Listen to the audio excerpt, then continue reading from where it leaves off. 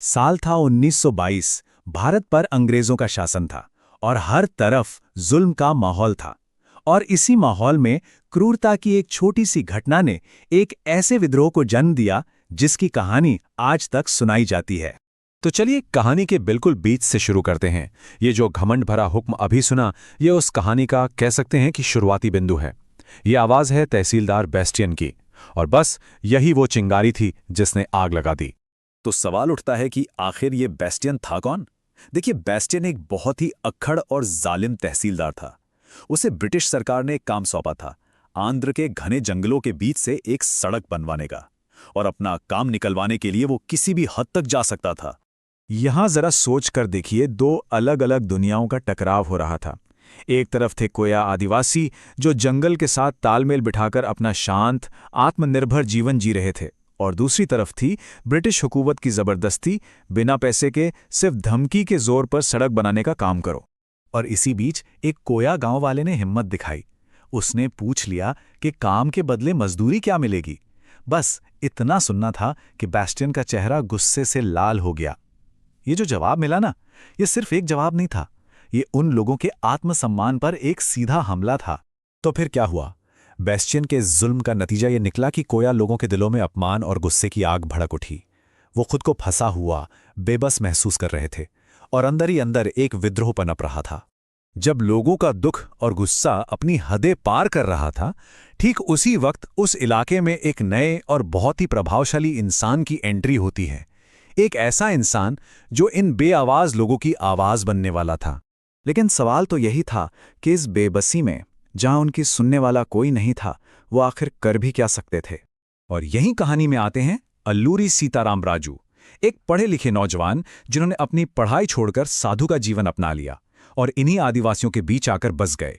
उन्होंने लोगों के दुख दर्द को सुना, समझा और बहुत जल्दी उनका भरोसा जीत लिया। राजू का संदेश बहुत ही सीधा और असरदार था। कोई लंबे चौड़े भाषण नहीं। उन्होंने बस इतना कहा, जुल्म के आगे झुकना नहीं है, काम पर जाने से साफ मना कर दो। और ये सिर्फ एक सलाह नहीं थी, ये बगावत की एक सोची समझी रणनीति थी। देखिए, राजू की सबसे बड़ी ताकत ये थी कि उन्होंने कोया लोगों के इस संघर्ष को एक बड़ा मकसद दे दिया। उन्होंने समझाया कि ये लड़ाई सिर्फ उनकी जमीन या जंगल की नहीं है, बल्कि पूरे देश की आज़ादी के आंदोलन का एक हिस्सा है। जब उन्होंने गांधी जी के असहयोग आंदोलन के बारे में बताया, तो लोगों का हौसला कई गुना बढ़ गया। और बस फिर क्या था?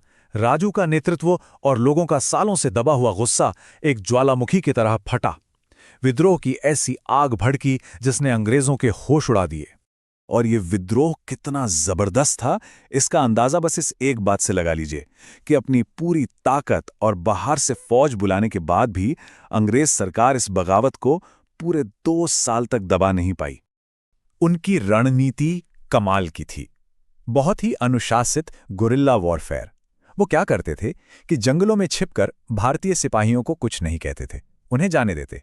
लेकिन जैसे ही कोई अंग्रेज अफसर नजर आता, उस पर अचूक हमला करते, हथियार छीनते और पलक झपकते ही वापस घने जंगल में गायब हो जाते थे।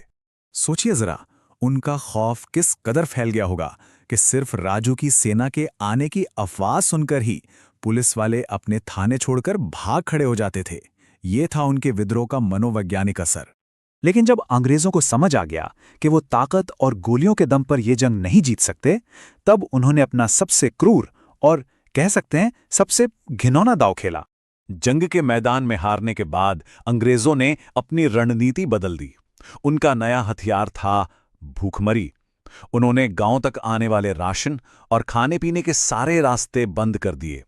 मकसद साफ था, लोगों को भूखा मारो ताकि वो विद्रोहियों का साथ छोड़ दें। और इसके बाद जो हुआ वो बहुत ही दुखद था। अंग्रेजों ने रास्ते बंद कर दिए तो कोया लोग और उनके लड़ाके भूखे मरने लगे। अपने लोगों को इस तरह तड़पते देख राजू ने एक दिल तोड़ने वाला फैसला किया। उन्होंने लोगों को बचाने के लिए सरेंडर करने का मन बना लिया, और इसका अंजाम हुआ शहादत। अपने आखिरी पलों में भी राजू ने कानून के मुताबिक एक निष्पक्ष सुनवाई की मांग की, लेकिन मेजर गुडॉल ने किसी कानून की परवाह नहीं की। उसने बस एक सिपाही को इशारा किया और अल्लूरी सीताराम राजू को वहीं मौके पर ही गोली मार दी गई।